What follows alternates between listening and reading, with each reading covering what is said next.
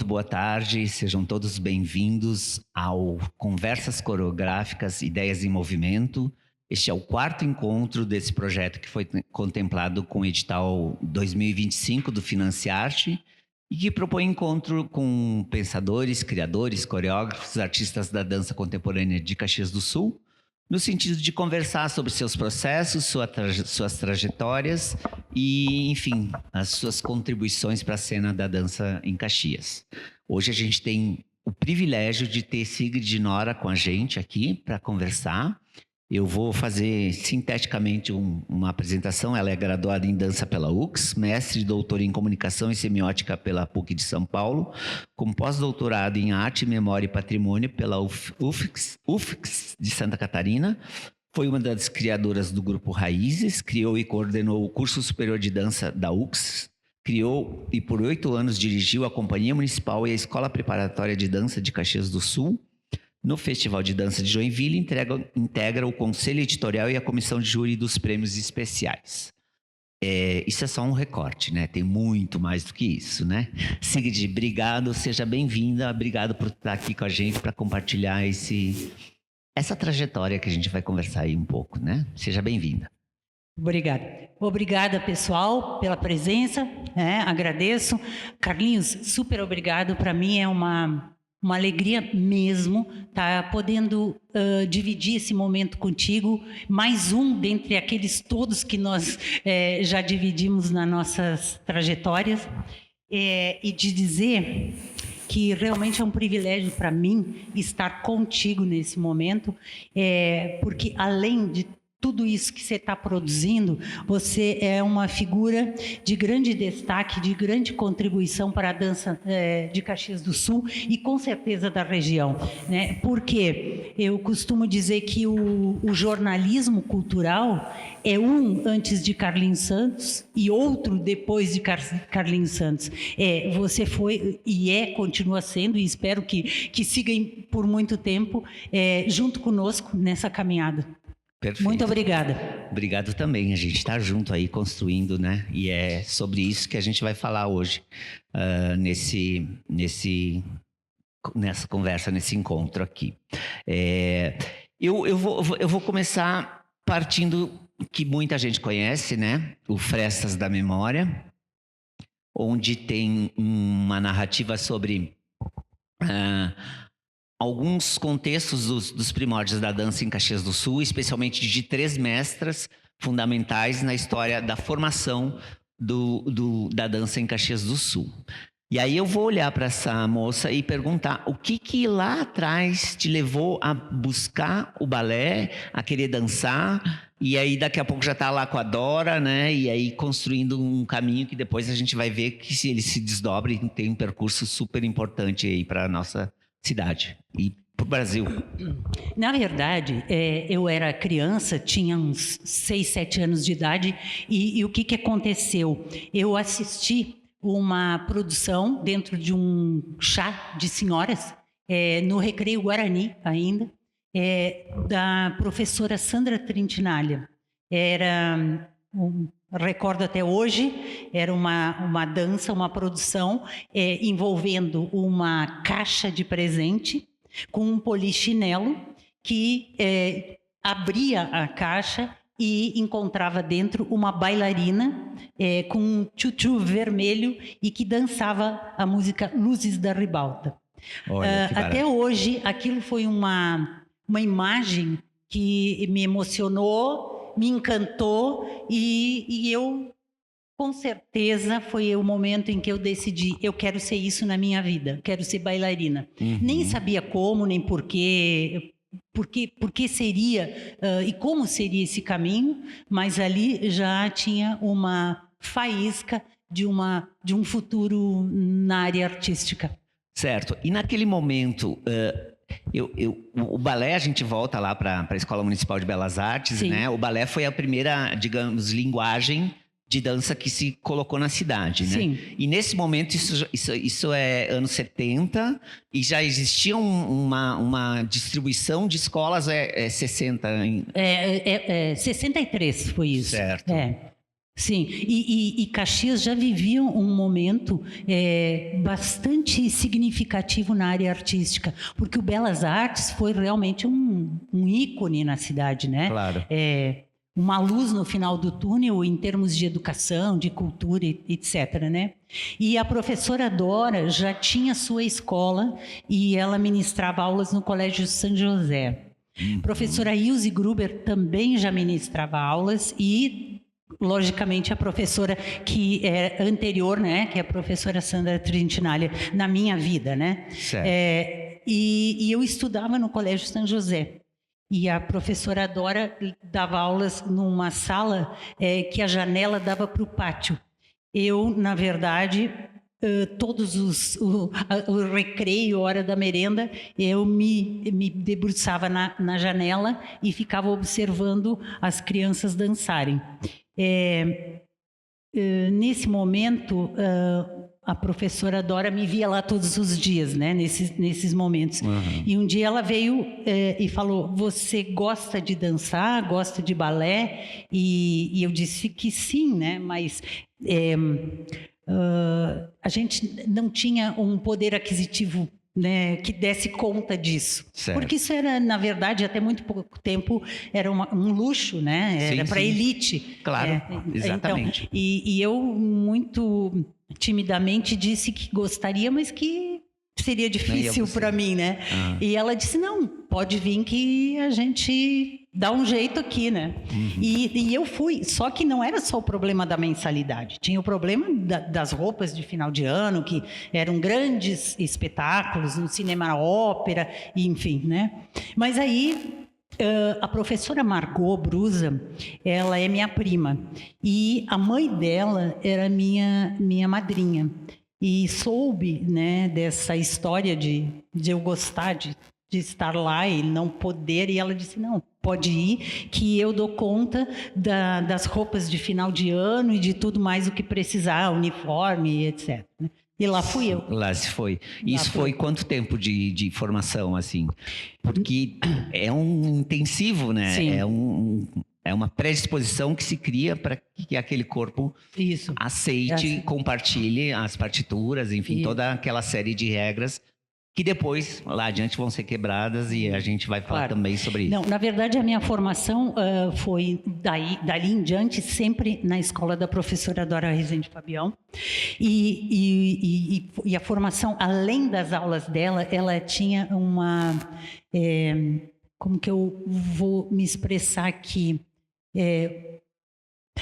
Ela foi uma pessoa muito generosa com relação à formação dos seus alunos e as limitações que se tinha em Caxias naquele momento, né? Limitações de formação mesmo. Então ela trazia inglesas do método Royal e todo ano tinha, então, os exames do Royal para ver se a gente passava de ano, né?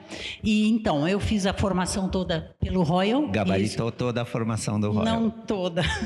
Não, quando chegou no final, na última etapa, a gente já estava em vias de grupo Raízes. Certo. A gente é quem? Vamos dar uma mapeada a isso. A gente são as 8 meninas que cursavam a disciplina mais adiantada no Balé da Dora. A turma mais adiantada. Né?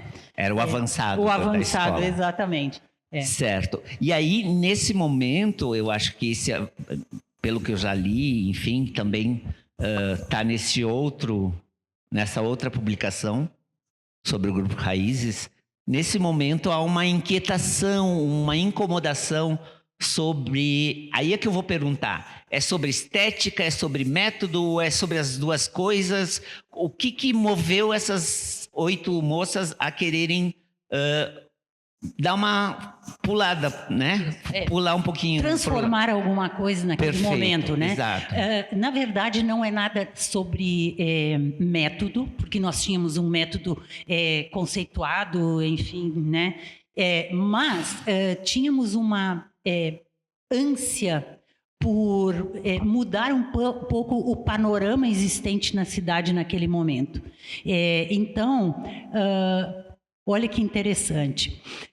Sempre os espetáculos de final de ano das escolas acontecia no Cinema Ópera, onde, inclusive, não tinha nem iluminação, era tudo contratado, né? E no ano de 82, inaugura-se a Casa da Cultura em Caxias, no mês de outubro. Uhum. Os festivais de final de ano de 82 deixaram de ser no Cinema Ópera e passaram a acontecer na Casa da Cultura, que já tinha uma estrutura cênica, Claro, né? sim. Iluminação, sonoplastia, enfim. E o que aconteceu com esse festival de final de ano da professora Dora?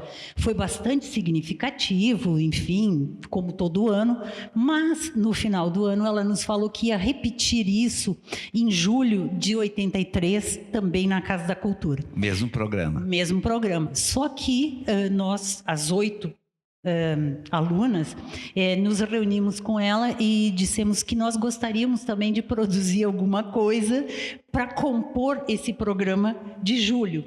Uhum. E ela concordou, obviamente, e a gente produziu uma segunda parte do programa e que foi um sucesso absurdo. O que era esse programa? O que vocês aprontaram ali? Pois então, ali era um misto de jazz, sapateado, dança, eu diria, de dança moderna, né? E também de dança de entretenimento, estilo Michael Jackson, que na época era um grande sucesso, né? Sim. Então, a gente apresentou como segunda parte do programa e foi um sucesso enorme, enorme. E nós muito felizes que ficamos, né? Uhum. Só que no dia seguinte, que nós fomos para a escola, para nossas aulas normais, a gente teve que enfrentar um momento de despedida, né? Que aquela escola, claro, nos foi colocado e não tirou a razão, obviamente, que era uma escola de dança clássica e que não teria lugar para esse tipo de performance. Certo. Foi então que a gente ficou bastante frustrada, lógico, né? E precisou de um desafio para que nós continuássemos dançando, né? E aí nos reunimos na minha casa, a Magda Carpegiani, a Maria Antonieta Spadari e eu. Nesse momento, apenas nós 3 tínhamos sido despedidas. As outras não tinham participado efetivamente da programação. Elas tinham dançado, mas não eram coreógrafas, nem as direçoras, nem criadoras. É isso. Perfeito.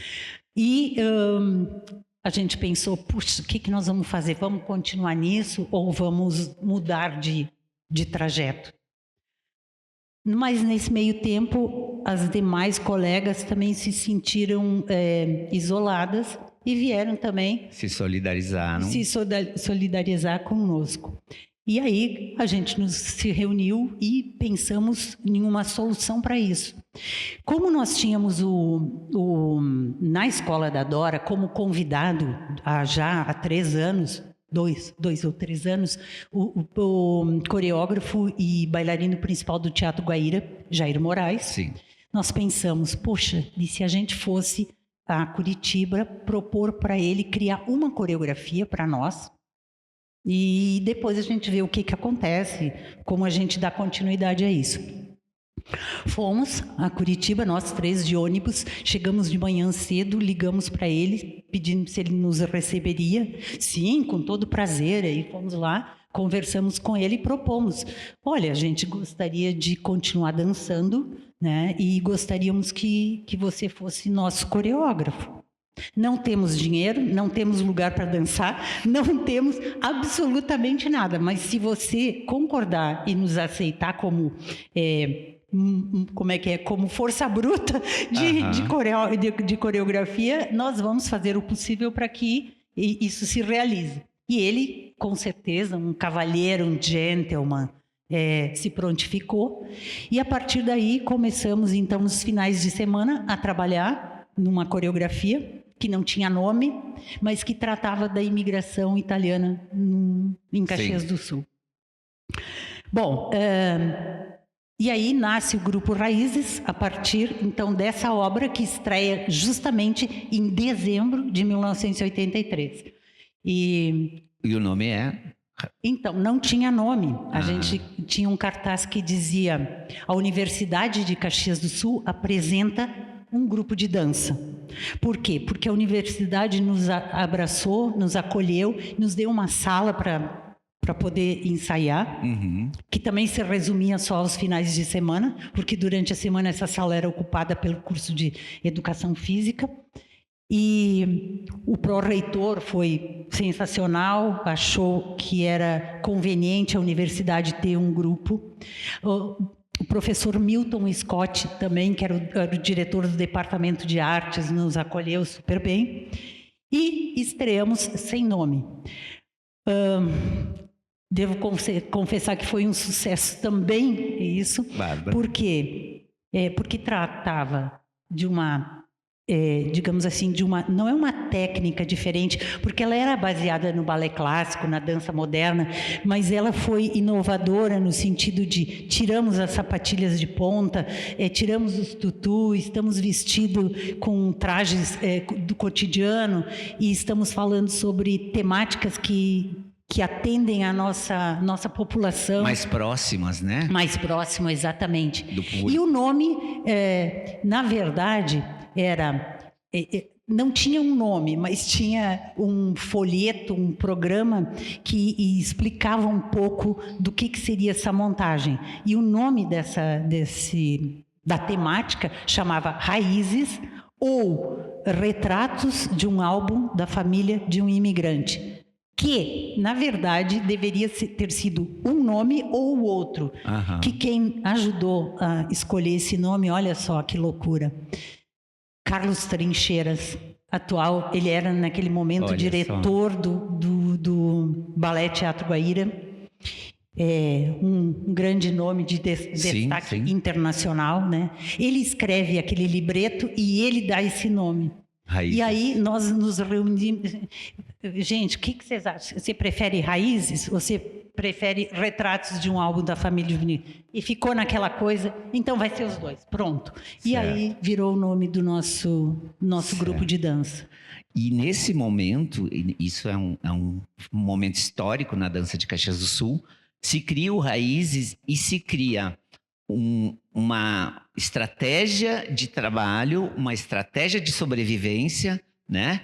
O Raízes vai inaugurar, talvez no Rio Grande do Sul, a primeira companhia mantida com lei trabalhista, né? Não, isso, CLT, carteira assinada, né? CLT, isso, salário, enfim, Mas isso mais para o final. Mais adiante, né? Isso. Mas naquele começo, qual foi o impacto que o Raízes trouxe para a cidade? Porque o Raízes é uma referência, está na memória da cidade, está no repertório cultural de Caxias do Sul, né? Sim. E isso é inegável da importância daquilo que aconteceu e que reverbera até hoje, né? Sim. E que depois vai ter outros desdobramentos. Exato.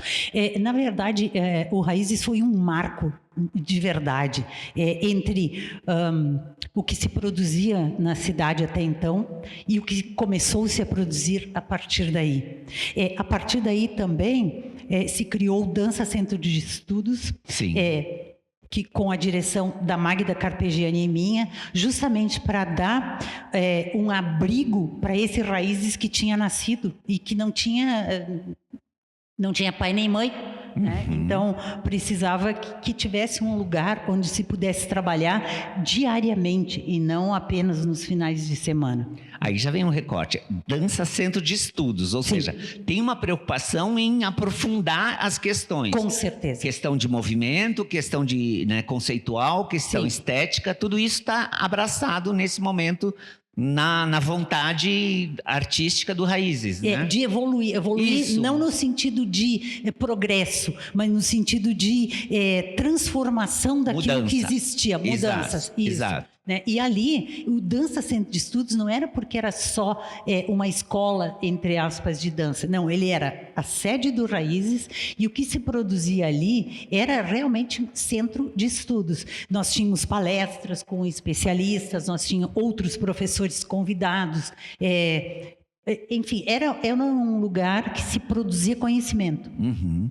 E na formação, na trajetória do Raízes, como você mesmo coloca, vocês foram buscar o Jair. Uhum. O Jair também vem com um repertório, com uma informação, com um pensamento que estava acontecendo no mundo, né? Sim. Justamente pela familiaridade dele com outros, né? Outros artistas da dança mundialmente conhecidos, né? É interessante porque na época nós não tínhamos noção do tamanho daquilo que nós estávamos nos envolvendo. Por exemplo, olha que curioso, o Raízes nasce em 1983. Uhum. Nasce também em 1983 o Rosas de Bruxelas. Pois é. Olha que doido. Por quê? Que coincidência de ano, né? Uhum. Anne-Thérèse de Kretschmayr, ela foi aluna durante a década do final de 80, de 78 a 80, de Maurice Béjart, uhum. na Bélgica.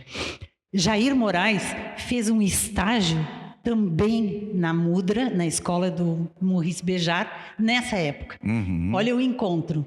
E, na época, nós não tínhamos essa ideia, esse conhecimento, nem, enfim, de que ambos corriam mais ou menos no mesmo pensamento de Maurice Béjart. Exato. Claro que cada um, depois disso, fez a sua trajetória. Sim. E dentro daquilo que entendia como apropriado para o seu corpo. Né? Uhum. Mas isso é a coisa do espírito do tempo, né? Quando as coisas estão acontecendo, as informações estão sendo elaboradas e trocadas, né? Como informação, como dado de criação mesmo, né? E aqueles memes, né, Carlinhos? Exato. Que circulam por ali e que tomam conta da nossa mente, uhum. E que a gente nem sabe explicar, né? Sim. Mas olha só, e mais do que isso, quando nós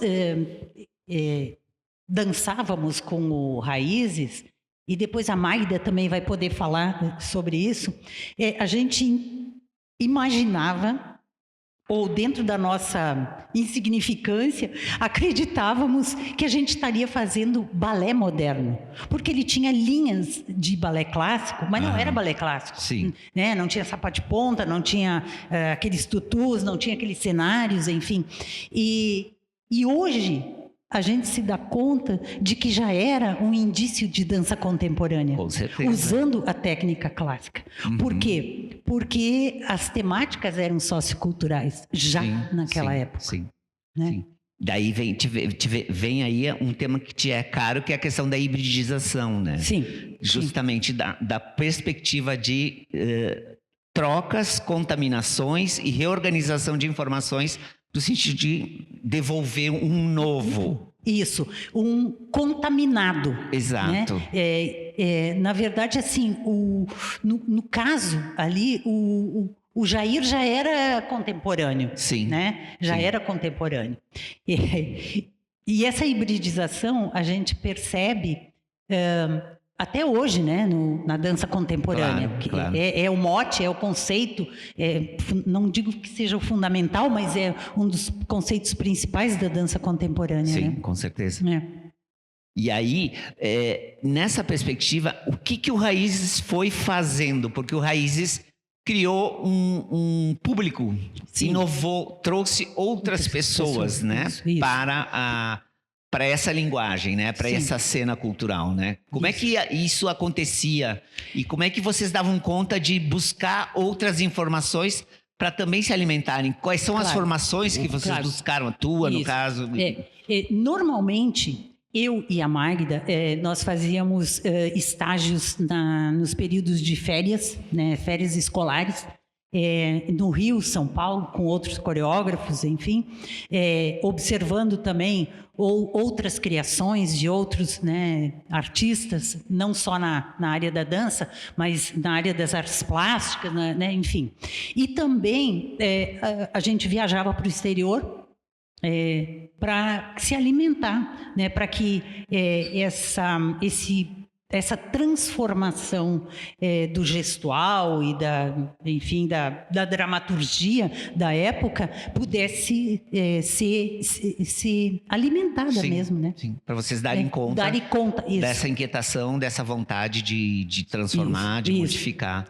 Tanto Carlinhos, já te interrompendo, mas o Raízes fez sucesso nacional também. Sim, a gente dançava em várias cidades do país, né? E também ele começou a ter uma repercussão na própria cidade, né? Da valorização daquilo que se produzia. Por exemplo, em 1987, 88, não lembro a data exatamente, aconteceu em Caxias um campeonato internacional de futebol de salão. E já o diretor, sabendo da repercussão do Raízes, pensou em poder oferecer artisticamente uma abertura para todas essas comissões, essas delegações que estavam inscritas na competição, né? E vieram falar conosco se o Raízes poderia fazer isso. E aí eu falei, claro, lógico, podemos sim. E a gente fez uma abertura e um encerramento do evento. E aí o diretor, Paulo Triquez, Paulo Triquez, realmente uma pessoa sensível, um mecenas, né? Nos chamou, ou me chamou lá, para acertar em termos de custos, né, financeiramente, o nosso trabalho, que nós tínhamos, claro, né, cobrado, não tinha cobrado, mas enfim. E eu disse para ele, seu Paulo, não, a gente não quer pagamento por essa atividade. A gente gostaria de ter o seu patrocínio, né? Mas um patrocínio efetivo que desse uma possibilidade, uma base de continuidade para nós. Sim. E ele disse, sim, vamos ter. Bom, a partir daí nós tivemos uma... Bailarino com carteira assinada. Carteira assinada, pagamento no final do mês, com uma sede maravilhosa que foi o Enxutão, que é o Teatro de Lona, né? Com um palco de 23 metros de boca por 10 de profundidade, camarins todos equipados, enfim... né? E isso perdurou até 1991, quando aconteceu o fim da Lei Sarney, que na verdade ele nem era patrocinado pela Lei Sarney, mas aquele boom na economia nacional toda, né? E que aí desestruturou a empresa, né? Tudo, não, desestruturou a empresa, a economia brasileira. A economia brasileira, exatamente. E aí houve uma pausa, então, nessa questão da dança, né? Sim. O Raízes encerrou suas atividades, sim, porque aí a gente pensou, depois que você tem tudo isso, voltar do zero é muito difícil, né? Então, cada um tomou seu rumo, mas o mais bacana foi que essas pessoas que estiveram no Raízes todas se colocaram em outras profissões muito bem estabelecidas. Sim, né? Sim. É interessante porque é justamente um processo, né, que vai, né, um processo histórico que vai acontecendo. E a partir dessa experiência tão potente que foi o Raízes na cidade de Caxias do Sul, surge, né, vem a ideia de que é preciso ter um corpo estável de dança, né? Um corpo estável de dança e isso surge num determinado contexto sociopolítico, né? E é importante a gente olhar para isso e como é que isso se deu, como é que foi que aconteceu esse momento. Pois é. Esse momento foi muito importante, extremamente significativo para a dança, para a cidade, para o governo, enfim. Olha só, uma companhia municipal de dança estava sendo pensada já dentro de um programa de governo do político Germano Rigoto. Certo. Estava tudo previsto. No programa de governo. No programa de governo. Com, inclusive, uma possibilidade de criação de uma escola também, uma escola que estivesse sob a tutela da companhia. Exatamente, por causa do mesmo pensamento, enfim. O que aconteceu? Germano Rigoto não venceu as eleições. Quem venceu as eleições foi Pepe Vargas. E te confesso uma coisa, foi o período mais importante para a arte e para a cultura em Caxias do Sul. Um gestor extremamente sensível, conhecedor de arte, interessado na produção cultural local, né? Que aconteceu? Ele estabeleceu uma equipe de trabalho, né? Uhum. E dentro dessa equipe ele convidou a escritora Tadiane Tronca, professora, enfim, né? Para comandar a pasta da Secretaria de Cultura. E, inclusive, criou a Secretaria de Cultura. Sim, né? E criou outras coisas. É o momento inaugural das políticas públicas para a cultura em Caxias do Sul. Mas o que mais me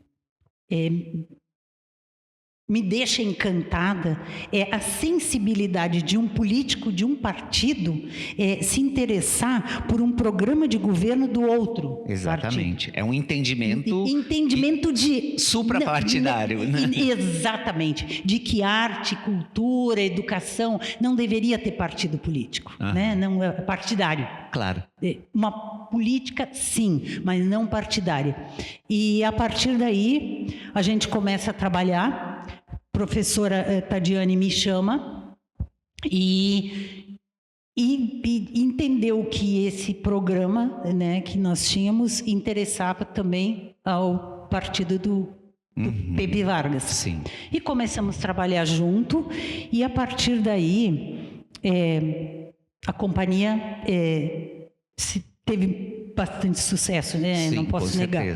Mas isso tudo por uma questão de múltiplos fatores, né? De um governo com vontade política, entendedor de arte, um programa de governo dentro da Secretaria de Cultura com 4 eixos fundamentais, e que daí se passa a entender o que esse governo pensava, né? Que rapidamente democracia e descentralização, né? Preservação da memória e do patrimônio, olha só, financiamento da cultura, né? E estrutura que dê conta para aquilo acontecer, as necessidades enfim, do programa. Sim. A partir daí, a gente pode entender o valor e o significado que teve essa gestão. Né? Com certeza, com certeza. Então, e aí se criou... Não, e outra coisa, não só o governo em si, né, o Poder Executivo, mas toda uma equipe que deu conta desse pensamento. Né? A cultura foi um marco divisório também. Sim. Antes não tinha Secretaria de Educação e Cultura, onde a cultura ficava sempre com aquele mínimo. Não, dali em diante tivemos um governo que apostava na cultura. Né? E por isso que a Companhia Municipal teve o sucesso que teve. Um dos fatores, por isso que eu te disse que eram múltiplos fatores. O outro, eu tive uma equipe também, eu, diretora da companhia, tive uma equipe fantástica, de profissionais excepcionais. Por exemplo, Ney Moraes, que já tinha sido meu colega no Grupo Raízes, um bailarino fantástico e que também virou coreógrafo. e que depois a gente pode falar sobre hibridização, e ele é um dos exemplos. Exato. Verônica Gomes Jurado, que primeira bailarina do Equador e que veio para cá como uma bailarina clássica, mas que com um corpo disponível a gente experimentar novas propostas. Então, isso também foi um grande diferencial. Além disso, um elenco maravilhoso, um elenco disponível, com corpos que aceitavam. Mas corpos que vinham da capoeira, da dança de salão, do jogador de basquete. Sim. Exatamente. Né? De vários lugares. Mas como é que vocês dão conta? Como é que vocês organizam esse pensamento? Mas ou essa, né? Aí é que tá. Quando você tem pessoas inteligentes, talentosas e com corpos disponíveis a produzir, você alcança o sucesso, com certeza, né? E eu tinha tudo. Eu digo eu, mas não sou eu. Nós tínhamos tudo isso. Então imagina, só tinha que dar certo. Com certeza. Né? E a companhia inaugura também a comunicação de Caxias do Sul com a cena nacional da dança, né? Certamente. Justamente por trazer coreógrafos, né? Cláudia Palma, por exemplo, a Eva de Porto Alegre, trazer para cá, né? São Paulo, né? Com outros. E outra coisa importante foi, muito importante em tudo isso, e nessa política de governo, a escola preparatória de dança. Exatamente. Oportunizar aos cidadãos a possibilidade de não só assistir coisas, enfim, né, na arte, na cultura, mas de poder vivenciar isso. Né? Então, assim, essa preocupação do governo com arte para todos os cidadãos com direito a isso, né, é fundamental. Claro. Então, foi um conjunto de fatores que determinou isso que aconteceu. Sim. Esse período que eu chamaria de que frutificou em Caxias. E que é um momento em que se chega ao APCA, por exemplo, né? Pronto. Associação Paulista de Críticos de Arte. Olha, né? olha o prêmio que a companhia, né? Que tu trouxeste para a companhia. Na verdade, claro, eu recebi o prêmio lá como diretora dessa proposta toda, mas quem realmente ganhou esse APCA foi a própria companhia, né? Claro. O elenco, porque em São Paulo, os críticos de arte, que é os que deram esse prêmio para a companhia, eles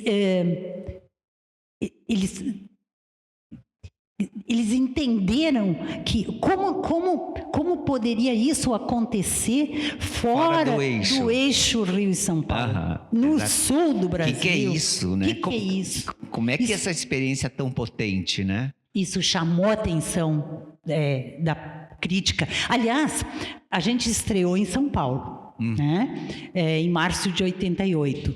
Estavam todos os críticos na plateia.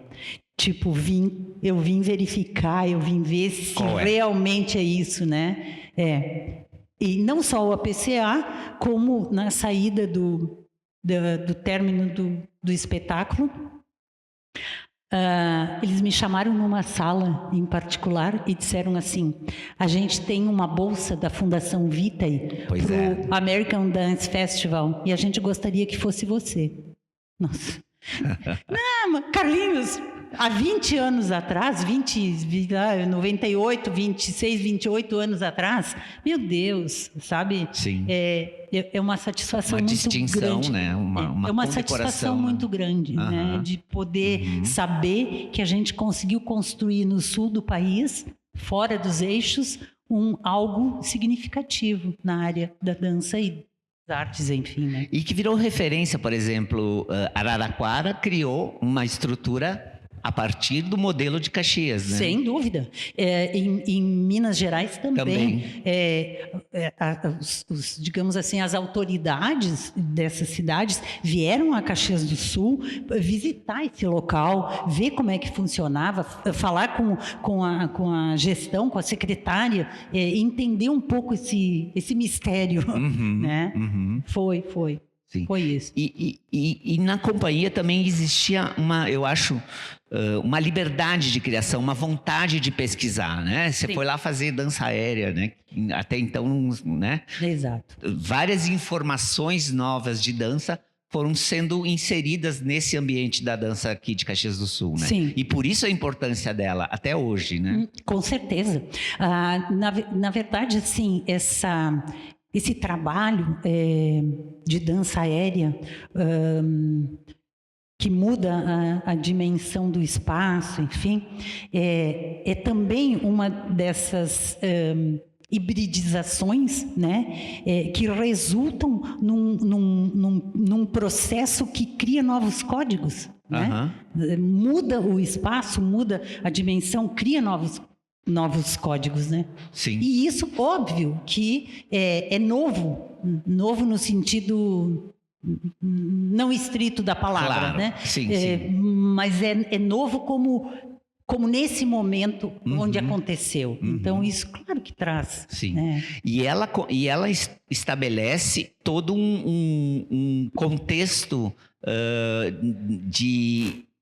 ligado à profissionalização, né, de profissionais para iluminação, para figurino, para cenografia, enfim, para todos. Existe toda essa potencialização da cena Sim. a partir da experiência da Companhia Municipal. Sem dúvida, né?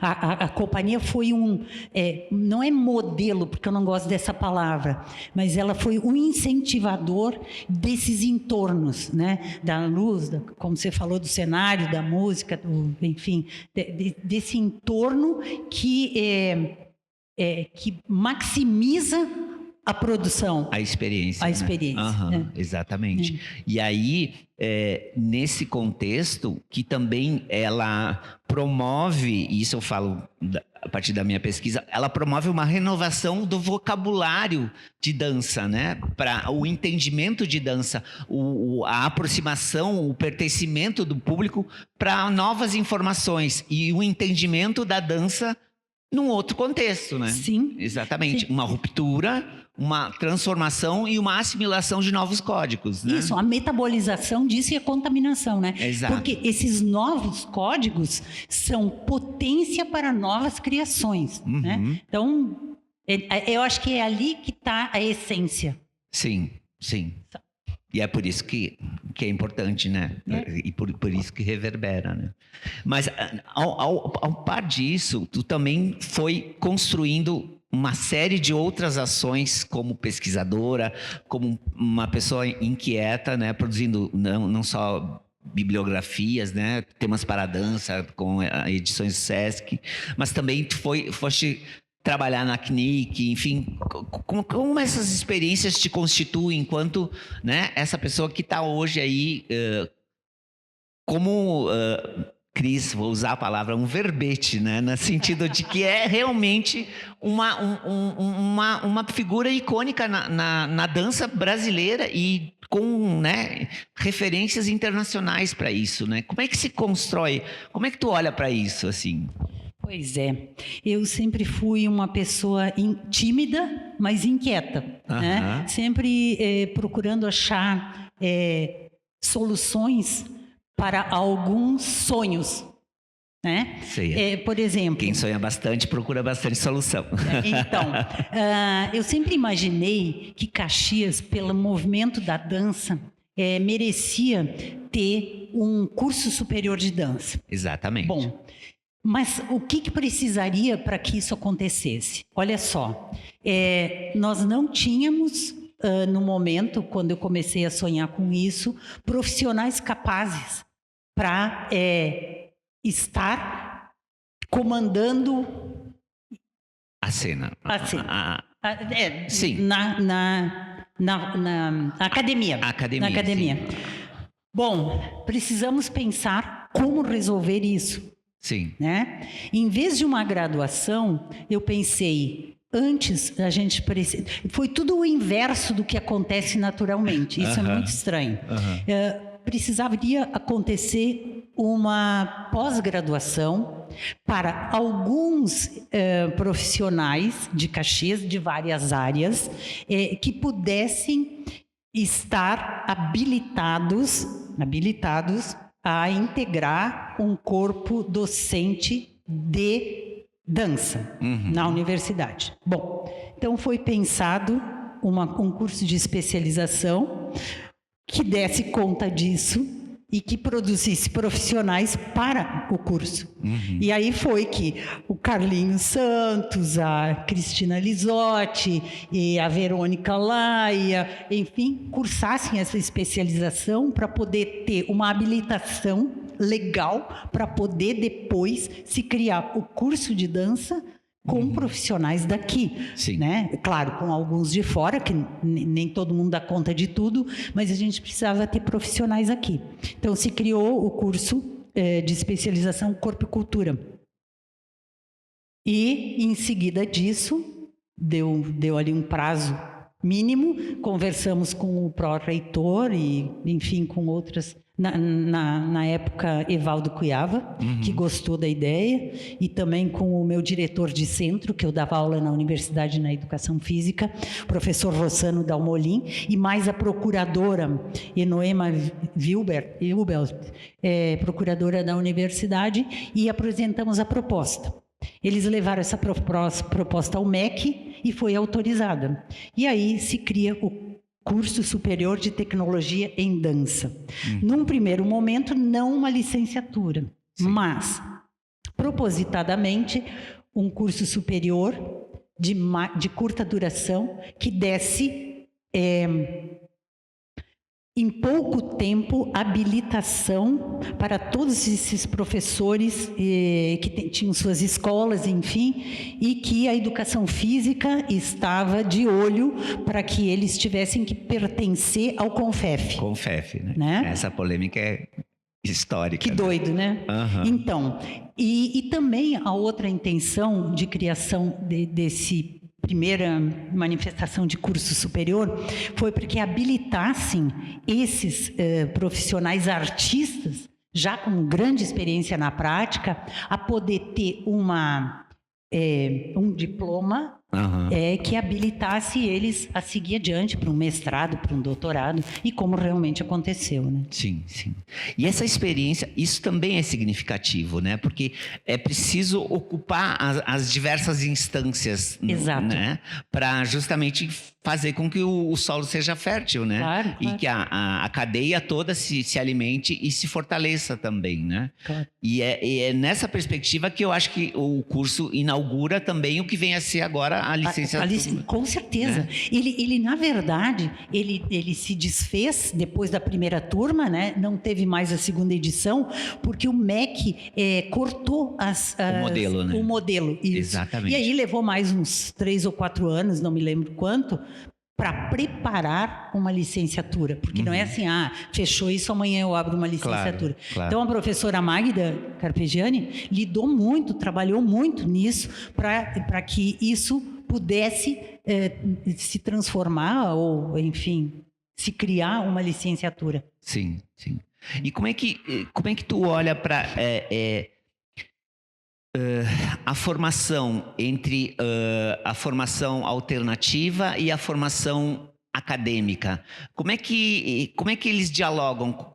Há um embate, há uma complementariedade? Como é que tu percebe isso? Justamente tu que também, a gente vai conversar na sequência, tem uma inserção nos festivais, tem também toda uma articulação para essa cena continuar acontecendo, né?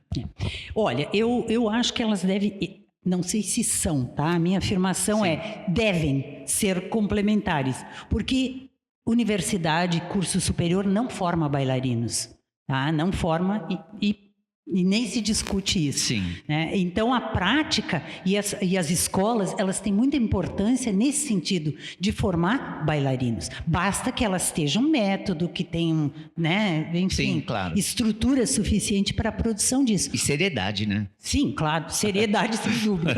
Porque a universidade não forma, a universidade é na verdade, uma parceira, né, para que se tenha ali...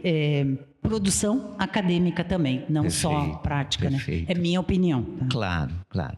Eu queria a tua opinião também sobre justamente os processos criativos, porque a pergunta que inaugura esse projeto é como é que se constrói uma assinatura, um DNA. E como é que tu vê essa possibilidade de construção de uma assinatura, de um DNA, de um código forte e que reverbere no contexto da contemporaneidade? Assim, quais são os elementos, os dados formativos, assim, quais são as combinações possíveis para esse arranjo acontecer? O microfone, acho que tem que subir ele. Eu penso, Carlinhos, que essa é um lugar delicado. Sim. Né? Delicado. Um brete. Mas penso também que a criação, ela não parte, quer dizer, a assinatura de uma personalidade, ela não parte só do gesto, né? Sim. Ela precisa também do entorno, né? Então, eu vejo que a contemporaneidade dá essa possibilidade, né? De tu sair de uma técnica exclusiva e de uma estética exclusiva para um trajeto mais libertador. Libertador, que eu digo, que te dá mais opções de criação. Entretanto, é uma faca de dois gumes, porque essa liberdade toda, ela também pode ser uma armadilha para se perceber ou se aceitar o qualquer coisa, né? Sim. Que o qualquer coisa não é nem isso nem aquilo.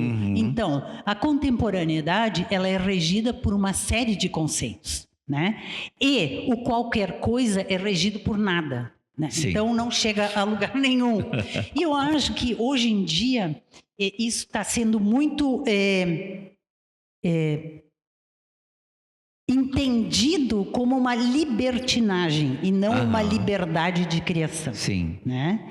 Sim. E por isso eu vejo que uma assinatura, uma personalização de um trabalho, de uma obra, de um gesto, ela tem que atender esses conceitos da pós-modernidade que regem a contemporaneidade. Né?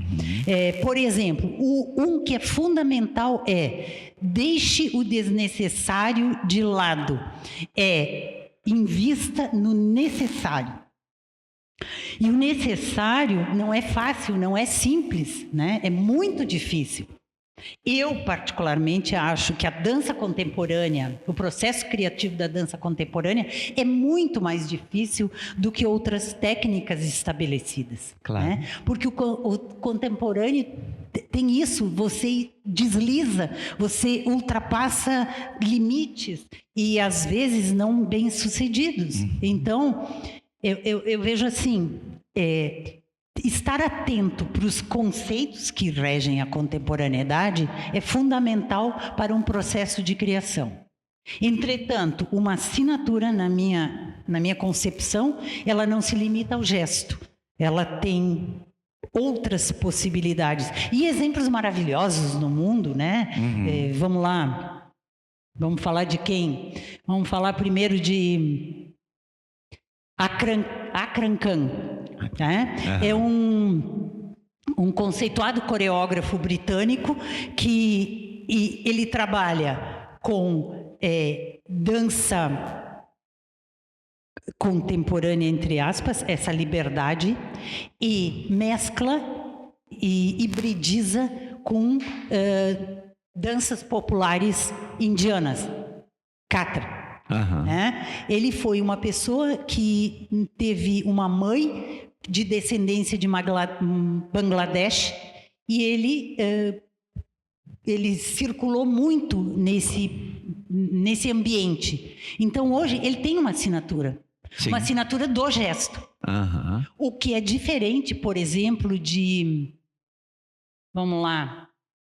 Elizabeth Strebe ou Wim van der Keybus, porque trabalham com a questão chamada risco, né? Então, é uma assinatura também. Sim. Diferente do Akram Khan, né? Que é diferente, por exemplo, do Deviate. Lloyd, esqueci o sobrenome dele agora. Bom, mas enfim, ele trabalha com questões socioculturais, né? Especialmente com limitações, Sim. né? Com diversidade. Por exemplo, a obra dele,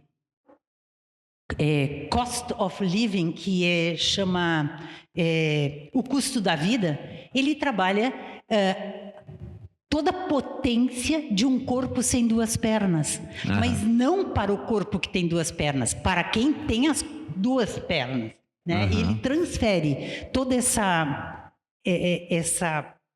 dificuldade para o corpo, entre aspas, esse corpo que tem constituído normalmente, né? Sim, então, assim, isso se chama hibridismo, né?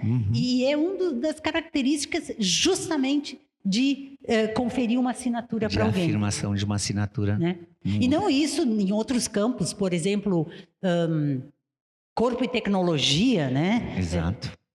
Tivemos um exemplo aqui o ano passado, que até foi para o festival, do Matheus Brusa, que fez um trabalho de conversa entre inteligência artificial e bailarinos reais, né? Então, isso também é uma assinatura. Sim. E aí que eu falo, a assinatura ela não tem necessidade de ser uma característica de sempre. Por exemplo, o Carlinhos tem essa assinatura. Não, ela pode ser numa obra ou noutra. Exatamente. Né? Que eu acho que esse também é o dado da contemporaneidade. Estar aberto às contaminações, às reorganizações de informação. Né? E isso é fascinante, né, Carlinhos? Com certeza. Isso é fascinante. Por exemplo, outra coisa na tecnologia, que agora eu vi a Cristina Lisotti aqui, na obra dela, que chama-se Curva, ela tem um vídeo projetado no chão, Sim. que é uma relação de proximidade entre um videomaker e um coreógrafo. Contemporaneidade, assinatura, né? Perfeito. Então, e tecnológico, hibridismo. Exatamente. Né? Que, na verdade, às vezes não precisa nem ter sido proposital mas está lá um resultado, né? Os códigos do externo sabem ler aquilo exatamente. E se aproximam, né? Abraçam como informação. Isso. E ela própria, não só nisso, no videomaker, mas no trabalho dela, ela tem essa costura, entre aspas, de várias possibilidades de vocabulário, né? Perfeito. Então, é mais ou menos isso. Eu acho fascinante a contemporaneidade, instigante, às vezes até contraditória, mas isso me encanta. Exato. Perfeito. Fascinante é essa conversa com essa senhora aqui. Nossa conversa. Gostaria de conversar com eles lá. Exatamente. A gente está aqui abrindo agora para perguntas, colaborações, contribuições. Exatamente. Bárbara, acho que tem um terceiro microfone ali.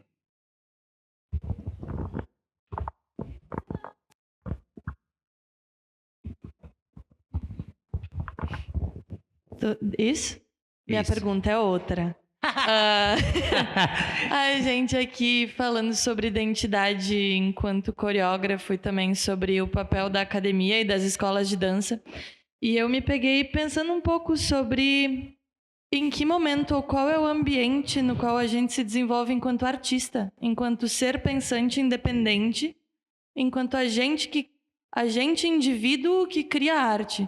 Porque se o papel das academias está mais voltado ao pensamento teórico acadêmico, que eu acho importante que se tenha, e o papel das escolas, então, acaba nessa formação um pouco mais prática, eu pergunto onde é o ambiente no qual a gente se desenvolve enquanto pensador crítico.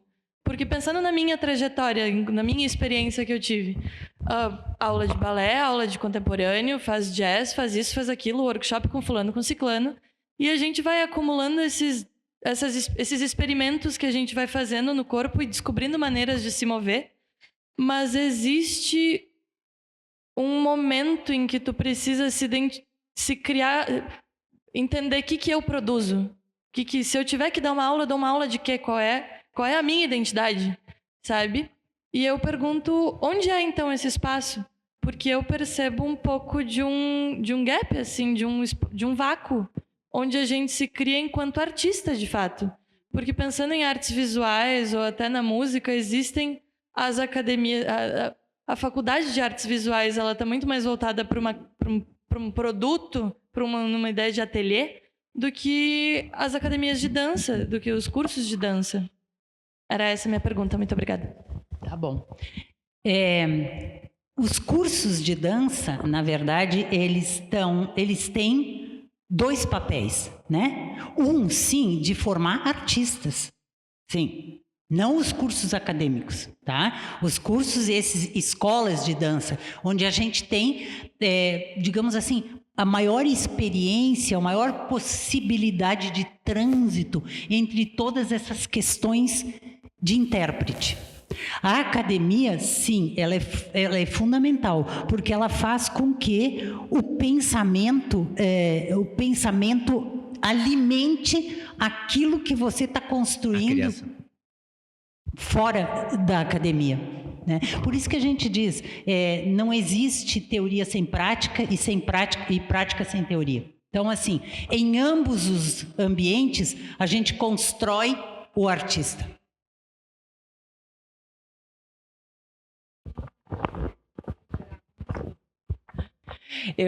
Isso é a minha opinião, tá, Bárbara? Eu tenho um link também já com essa pergunta, mas aí é mais voltado para esse lugar que você já tem bem estabelecido, por exemplo, que é o Festival de Dança de Joinville, né?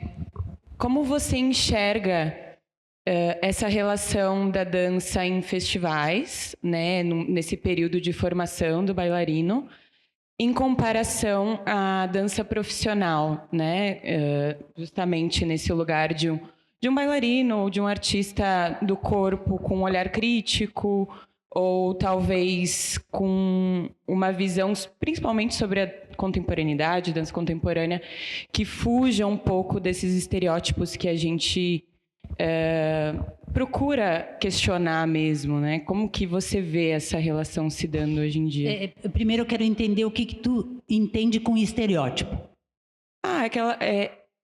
Aquela dança virtuosa que você vê num festival, né? Da dança contemporânea que vem com uma técnica clássica ou com uma técnica urbana, ou que você tem que mostrar alguns passos para ela ser validada, tem que ter uma música, um ritmo, não sei, nesse lugar, assim, sabe? Tá. Na verdade, eu não sou contra festivais, muito pelo contrário, porque estou lá né?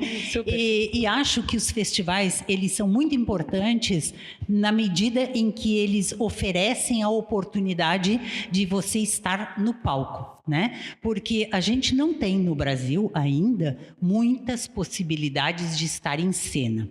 E estar em cena é o que vai te dar tarimba, né? Para desenvolver todo o teu aprendizado. Então, acho que os festivais, eles têm problemas, sim. A gente fala também de concurso, né, nos festivais, que não é saudável, que não é... educativo. Eu não penso muito assim, eu penso um pouco diferente. Eu acho que ele é educativo, sim, em determinadas questões. O prêmio, não acho que seja o mais importante de tudo, mas ele na vida, a gente não ganha sempre, né? Então, eu acho que também a gente precisa entender que aquele lugar não é só o prêmio que é o importante, né? E acho, sim, não sei se te respondi, mas que ele é um grande colaborador na formação do artista, né? Claro que tem que ter outros trajetos, mas acho que esse é um deles. Mais alguém? Vocês podem discordar, tá, gente? Essa é a minha opinião só. Deixa eu discordar. Pronto. Não é nenhuma discordância, mas me veio esse questionamento por conta que eu acompanhei o ano passado, assim, em relação à apresentação do Balé da Cidade, lá no festival, e como foi discrepante a reação do público, né? Você vê, tipo, é uma produção de uma companhia profissional, é isso, né? Tipo, claro, uma linguagem específica, muitas coisas são produzidas, mas parece que tem uma distância muito grande da cena profissional do que está sendo validado num festival. É mais nesse lugar, assim, por isso. Você acha, é? Não sei. Talvez Eu tô jogando a questão. Tá bom, tá. Talvez do ambiente em que está acontecendo aquilo, né? Que ambiente, pode ser nesse né? lugar. Que ambiente, como ele recebe e com quais códigos ele está lidando e como ele vai ler aquilo e, Sim. enfim, reagir, né? Ter uma resposta. Isso. Às vezes eu fico pensando, é isso aí, que tem coisas que estão no lugar errado e na hora errada, né? Às vezes um equívoco, um grande engano, né? Por exemplo, eu acho que em Joinville teve um gap ali na questão do Balé da Cidade, mas não por culpa do festival, mas por culpa do um todo como localização de espacialidade, enfim, tá? Por quê? Porque foi colocado aquilo numa noite de gala. Uma noite de gala te remete a outra coisa. Né? E o grande público, ele compra ingresso sem saber o que ele vai ver. Ele compra a noite de gala. Ponto. Né? Então, assim, o trabalho do Alejandro é maravilhoso. Tem toda uma estrutura, um pensamento embutido ali de bastante contemporaneidade. Só que, naquele momento, o público não deveria ser aquele. Né? Porque aquele público foi lá para ver outra coisa. E na medida que ele vê aquilo, obviamente que ele reage. Uhum. É também uma questão não só de conhecimento, tá? Mas como uma questão de gosto. Tudo associado ali. E também mediado por uma polarização no campo da político, né? Reverberando no campo da cultura, né? Com toda uma série de patrulha e etc. Tudo isso. Júlia, eu vou te contar uma coisa. Aquele trabalho do Alejandro, ele foi escolhido, ele foi visto antecipadamente e escolhido pela direção que pensa que a contemporaneidade é importante e que o público precisa sim ter oportunidade de assistir esses espetáculos. Só que teve esse grande equívoco com a questão que ninguém se deu conta, né? Com essa questão do não era no lugar certo. Mas a preocupação do festival, da direção, das autoridades é essa, de sim oferecer possibilidades em todas as áreas dos espetáculos. Perfeito. Mais alguém? Então, opa. Tadiane. A Andressa tinha levantado a mão, não?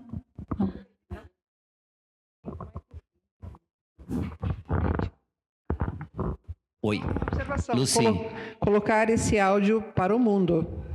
Só isso.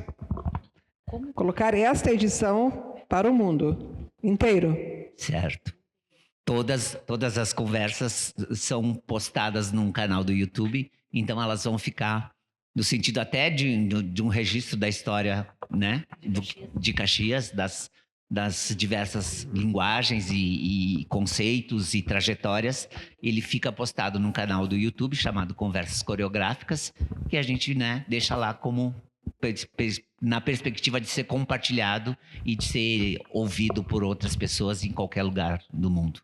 E essa é a salvaguarda das redes, Tadiane, né? acho que a Tadiane ia falar, não? Sim. Eu não vou fazer uma pergunta especificamente, né, propriamente sobre dança, os anseios do pessoal que trabalha com isso e tal. Eu vou fazer mais uma espécie de depoimento, agora na mão reversa. Eu tive o privilégio de estar à frente da secretaria nesse tempo que a Sigrid colocou aí da criação da companhia, e eu só queria fazer esse meu depoimento, então, do lado da pessoa que se esforçou para fazer a companhia existir, junto com outras pessoas. E assim, agora, né, quantos anos? 28. Sei lá quantos anos 28. atrás. Eu fico pensando que não é tão difícil fazer as coisas funcionarem direito se elas têm aquilo que tu falou ali no início, né? Que é a vontade política, no caso, porque era um governo, a vontade, o interesse, a retidão, né? A seriedade de tentar organizar, porque a gente, quando tem lá uma possibilidade de poder, de decidir alguma coisa, depende sempre das pessoas hierarquicamente acima. Dependia do prefeito, tal, que era um cara que maravilhoso, entendia isso e apostava e continua apostando, né? Para sempre, sabe? Mas aí lá tu tem um leque, ou tu não faz nada, fica só sentado ali esperando, né, e reclamando e se dando bem, tu particularmente, conseguindo, se achando tal, ou tu vai atrás e escolhe algumas coisas para fazer, né? E essa escolha que eu acho que daí também não pode ser uma escolha assim, o que vamos fazer hoje? Vamos criar, né? Não, foi em cima de um planejamento, mas dentro daquele planejamento feito anteriormente, durante a campanha, poderiam ser escolhidas diversas ações.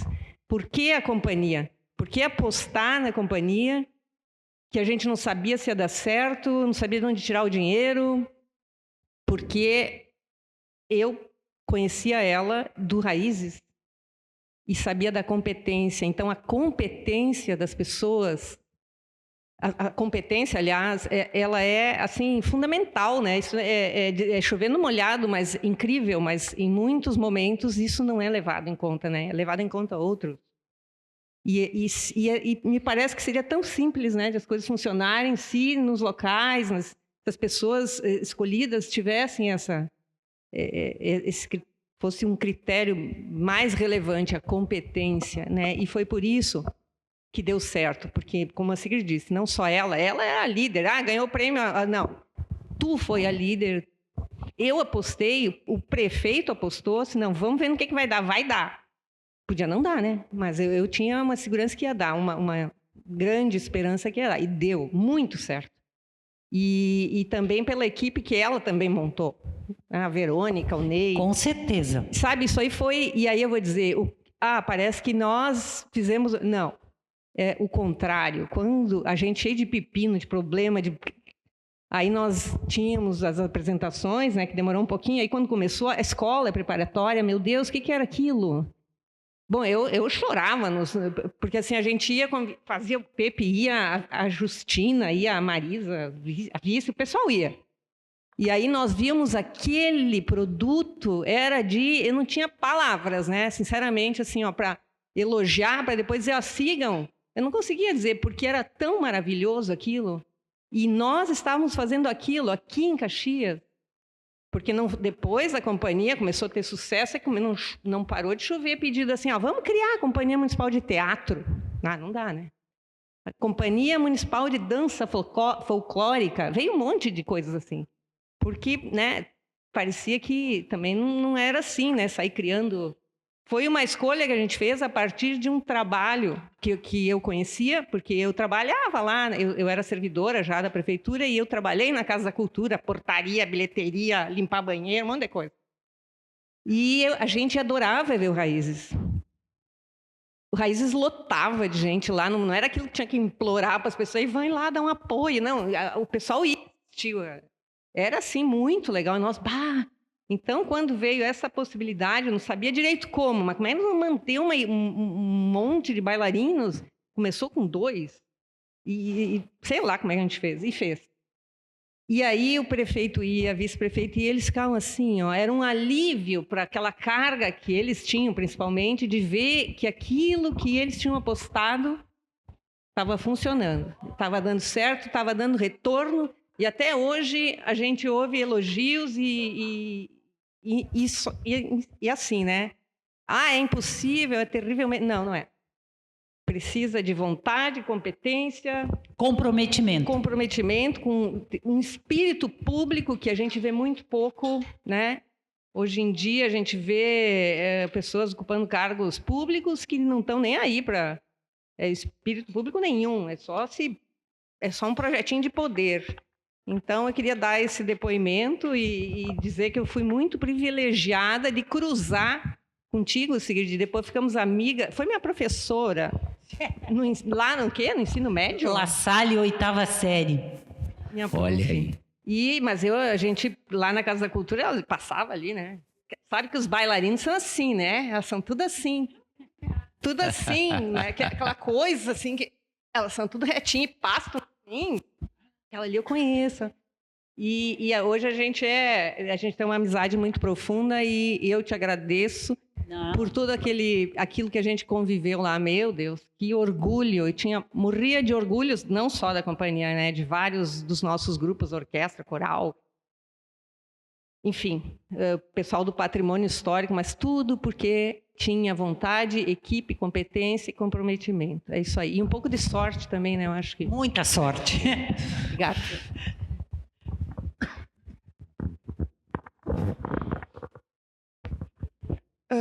A minha pergunta, vamos dizer, como um neném dentro da cultura hoje em dia, acho que eu me considero assim, que eu vejo todo esse legado, toda essa história, né, que passou. E eu sinto... Na verdade, é uma pergunta muito simples.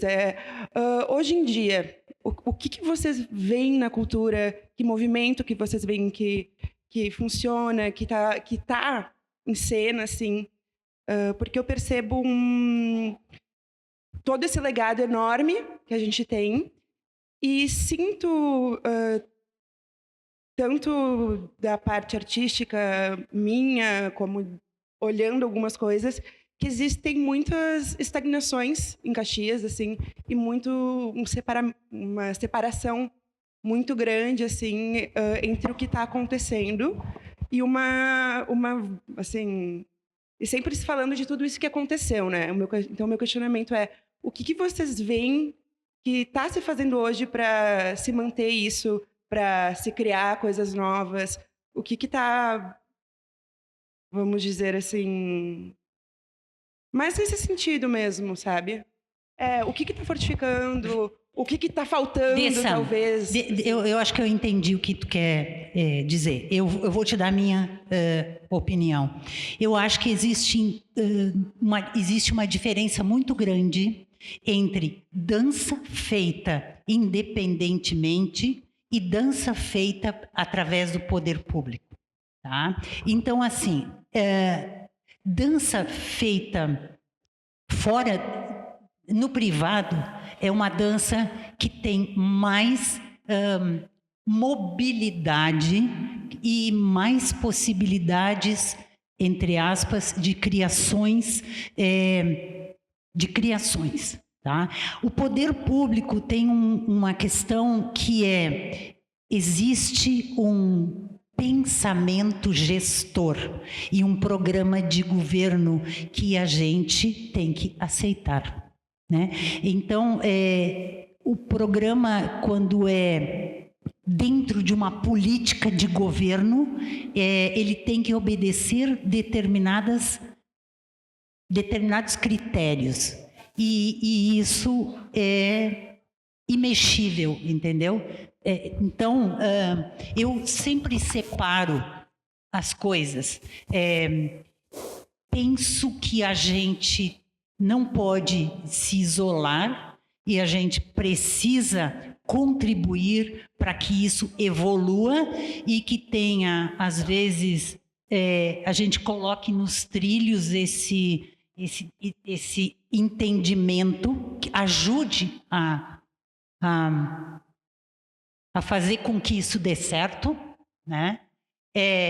Mas a gente tem esse entrave que nem sempre tu tens o governo que entenda a cultura como uma necessidade. Eu, desde sempre, eu ouvi uma vez um pensador que dizia assim, que a arte, a cultura e a arte, a educação e a identidade cultural deve ser o maior valor de um povo.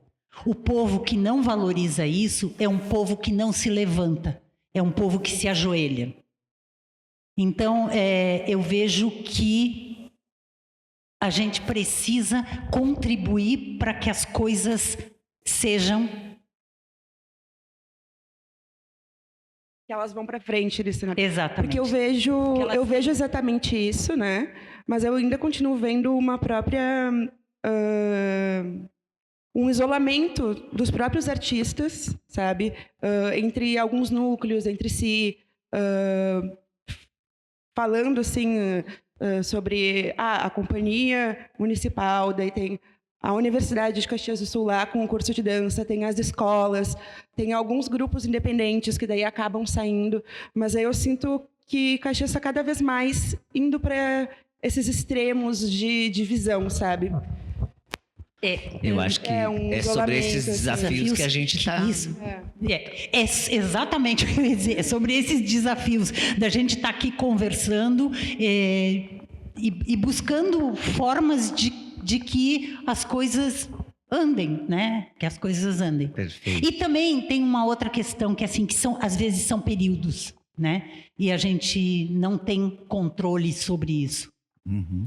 O tempo histórico vai resolver isso. Quando eu falo, é uma coisa um pouco mais abrangente. É o tempo histórico que às vezes a gente não tem como. Perfeito. Gente, é por isso que a gente tem essa pessoa super importante, né? Marco fundamental na dança de Caxias do Sul, né? Realmente um patrimônio, digamos assim, vivo no sentido da cultura, da arte. E é por isso que a gente, a cultura de Caxias do Sul agradece a tua presença, agradece a tua trajetória e é super honrada por te ter nesse contexto, tá? E é por isso que eu também agradeço a tua participação nesse projeto. Obrigada, Carlinhos. Mas assim, para mim é um prazer enorme. Tu sabes isso muito bem. Desde quando tu chegou aqui, o panorama mudou também. Então tu também é uma pessoa uma figura importante, um ícone realmente no jornalismo, cara. Sabe? Então, assim, é sempre para mim um prazer estar contigo em qualquer processo, proposta que acontecer. Muito obrigada. Muito obrigado também.